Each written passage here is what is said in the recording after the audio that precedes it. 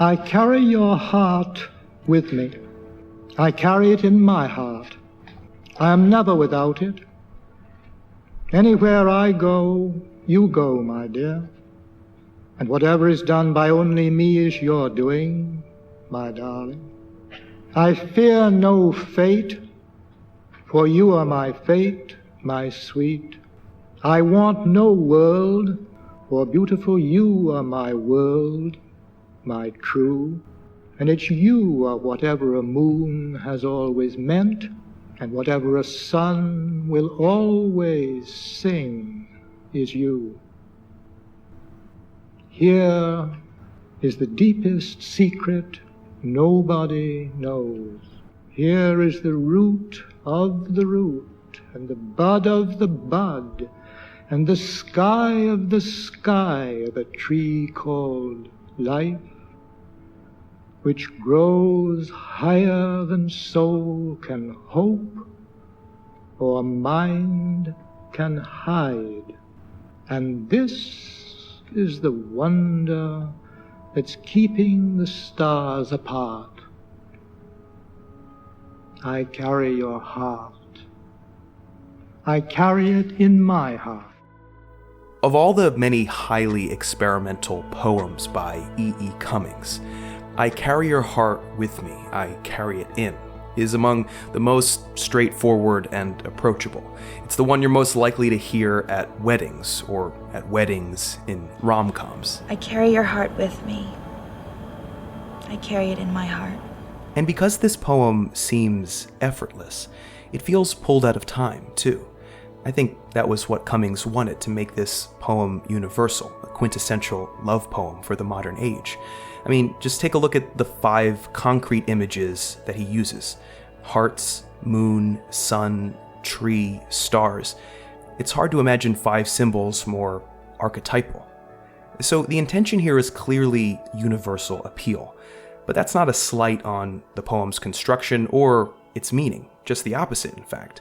As Yeats once brilliantly wrote about his own craft, a line will take us hours maybe, yet if it does not seem a moment's thought, our stitching and unstitching has been naught. So first, let's take a look at the formal construction of I Carry Your Heart. The first thing to notice is that the poem is split into 2 overlapping parts. Everything that's outside the parentheses and everything that's inside them. This follows the theme set up in the first line, the theme of the narrator's lover being contained within his heart, and vice versa. This reciprocal relationship is hammered home in the first stanza with anywhere I go, you go, and whatever is done by only me is your doing. Every statement in this poem is followed by a parenthetical statement, and frequently key words used outside of them are found inside as well, linking the 2 parts and the 2 people. Parentheses are the perfect punctuation to use because visually they actually represent the image of containment. As critic Roy Tartakovsky has observed, Cummings finds several poetic functions from the parentheses throughout his work, whether it's to convey intimacy or protection, or to give a direct address to the subject, or, like we just discussed, to use its crescent shape as an icon in itself. Indeed, as Tartakovsky notes, parentheses have a somewhat contradictory place in all our writing. Formally, they're supposed to contain throwaway information, stuff that would theoretically be perfectly okay to leave out. But because of this, because they don't have to be there and yet still are, parenthetical comments call attention to themselves, foregrounding their contents while backgrounding them at the same time.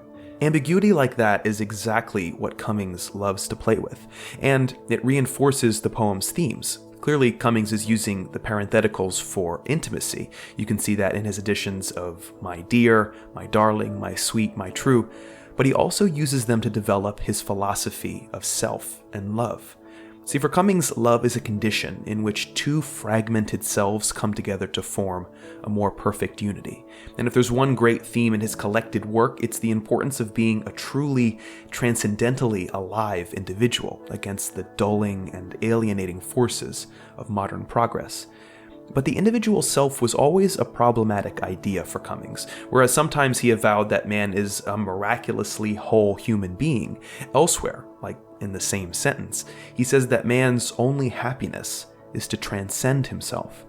Again and again, his poetry affirms that transcendence comes with losing the self in love, whether it's said gracefully outright, like when he writes, "Losing through you what seemed myself, I find selves unimaginably mine." Or it's demonstrated in some formal fireworks, like in this poem, where the you and me is literally fused together, and the speaker has difficulty determining what form of the verb is best to use. Love's ability to transcend is the focus of I Carry Your Heart, and Cummings is using whatever he can to explore different connotations of transcendence. Just take a look at the third stanza. Love is literally a cosmic force that holds the stars in the firmament, but it's also the deepest secret. And Cummings suggests this deepness by nesting the secret in parentheses, which are themselves nested into the poem, and the secret is buried further in the root of the root and the bud of the bud. And the symbols I mentioned earlier, sun and particularly moon, are symbols of transcendence throughout his poetry.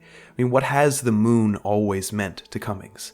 In a great essay by Cummings critic Martin Heusser, which I'll link to below, the moon's significance is traced across several poems. It's variously described as a remarkable splinter, a dainty mademoiselle, a watch spring, a balloon, a big red dog, a mystery, as having small hands, and as the shyest metaphor.